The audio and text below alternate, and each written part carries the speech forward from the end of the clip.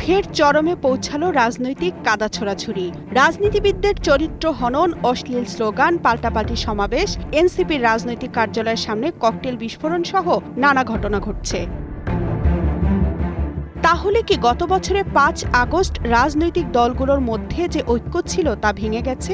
উত্তর হচ্ছে, যদি না ভেঙেও থাকে, ঐক্যের তীব্র ফাটল দেখা যাচ্ছে।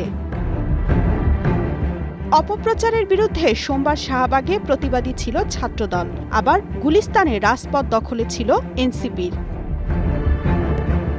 নতুন করে উত্তেজনা শুরু পুরান ঢাকায় মিটফোর্ড হাসপাতালের সামনে এক ব্যক্তিকে নৃশংসভাবে হত্যার পর। ঘটনার জন্য বিএনপি কর্মীদের নাম উঠে এলে বাংলাদেশ প্রকৌশল বিশ্ববিদ্যালয়, ঢাকা বিশ্ববিদ্যালয় সহ বিভিন্ন জায়গায় বিক্ষোভ মিছিল করা হয়। বিএনপির ভারপ্রাপ্ত চেয়ারম্যান তারেক রহমানকে উদ্দেশ্য করে অশ্লীল স্লোগানও দিতে দেখা যায়।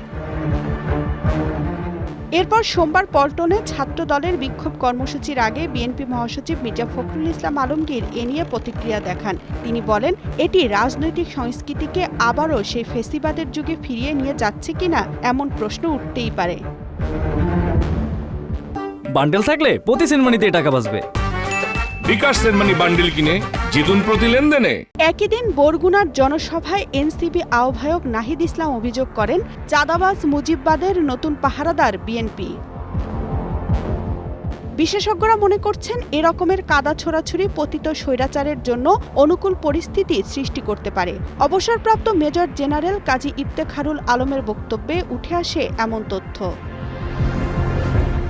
অন্তর্বর্তী সরকারের প্রধান উপদেষ্টা ডক্টর মোহাম্মদ ইউনূস গত ৪ ডিসেম্বর জুলাই অভ্যুত্থানের সঙ্গে যুক্ত রাজনৈতিক দলগুলোকে দেশের স্বাধীনতা, সার্বভৌমত্ব রক্ষায় ঐক্যবদ্ধ থাকার পরামর্শ দেন। নিজেরা কাদা ছোড়াছুড়ি, মারামারি ও কাটাকাটি করলে দেশ ও জাতির স্বাধীনতা, সার্বভৌমত্ব বিপন্ন হবে। প্রায় ৫ মাস পর এখন অনেকেরই উপলব্ধি, সেনাপ্রধান সেদিন ভুল কিছু বলেননি। তামান্না তাহসিন খান, কালের কণ্ঠ।